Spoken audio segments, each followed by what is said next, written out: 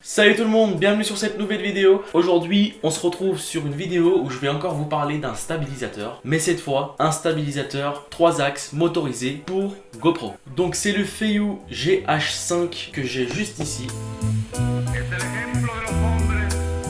À l'intérieur de la boîte, on va retrouver comme d'habitude des enveloppes, la notice et donc tout ce qui va avec. Dès que vous l'ouvrez, vous avez tout de suite la petite enveloppe et donc normalement vous allez avoir la petite housse. Donc ça je vais mettre tout de suite de côté. Dans le Feiyuu GH5, on se retrouve avec une grosse batterie.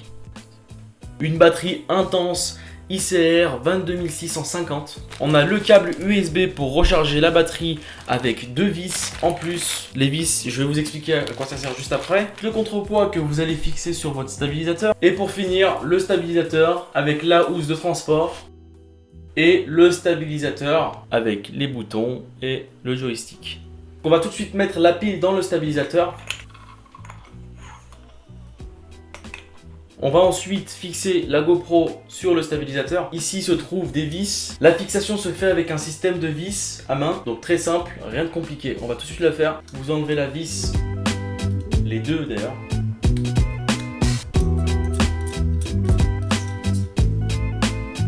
Vous récupérez ensuite votre GoPro. Il faut obligatoirement enlever le cadre de fixation pour la fixer sur votre stabilisateur. On récupère ensuite le stabilisateur, on va venir mettre la GoPro, on la met ici. Et on va récupérer ensuite la petite pièce qui va nous permettre de fixer et de garder la GoPro sur le stabilisateur.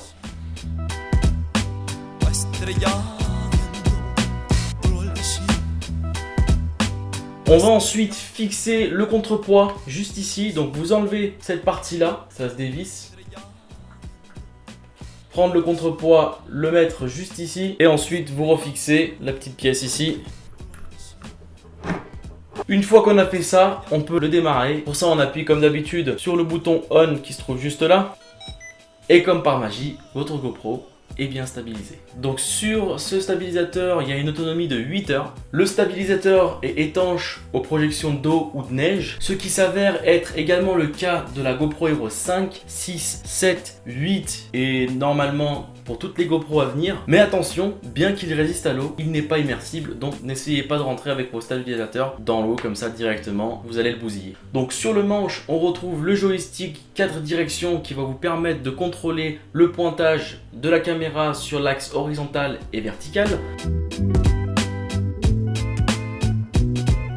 Vous allez également trouver un bouton pour accéder à différents modes. Le bouton qui est juste en dessous du joystick, c'est le bouton mode. Et encore en dessous, on va avoir un bouton self timer. L'utilisation de ce dernier aura pour effet d'automatiquement retourner la GoPro vers vous, puis de déclencher des photos ou vidéos par commande vocale. Si je clique deux fois sur le bouton mode, ici vous voyez que la caméra suit vraiment les mouvements et l'endroit où j'oriente le stabilisateur. Donc si je clique 3 fois sur le bouton mode, c'est le mode selfie, donc la caméra se retourne vers moi. Et si je clique 4 fois sur le bouton mode, là c'est un mode qui va vous permettre de garder la caméra fixe sur un endroit. Si je tourne vers la droite, vous allez voir que la GoPro ne va jamais tourner. La caméra reste vraiment fixée vers moi.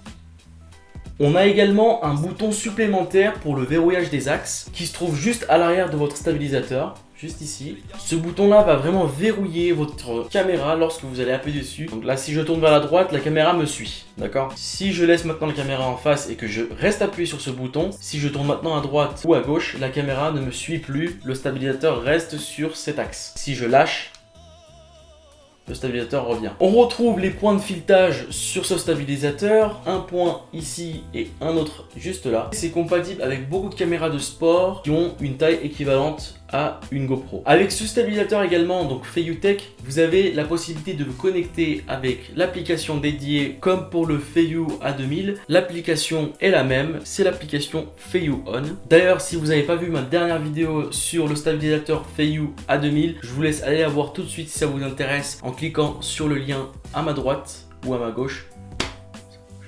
Pour l'application, cette application va vous permettre de contrôler votre stabilisateur à distance sur une distance de 10 mètres. Celle-ci va vous permettre de l'utiliser, de changer de mode de stabilisation, de modifier certains réglages ou encore de le mettre à jour. Voilà pour le Feiyuu G5. J'espère que vous avez apprécié ma vidéo. En espérant vous revoir très vite dans une prochaine vidéo, je vous dis à bientôt.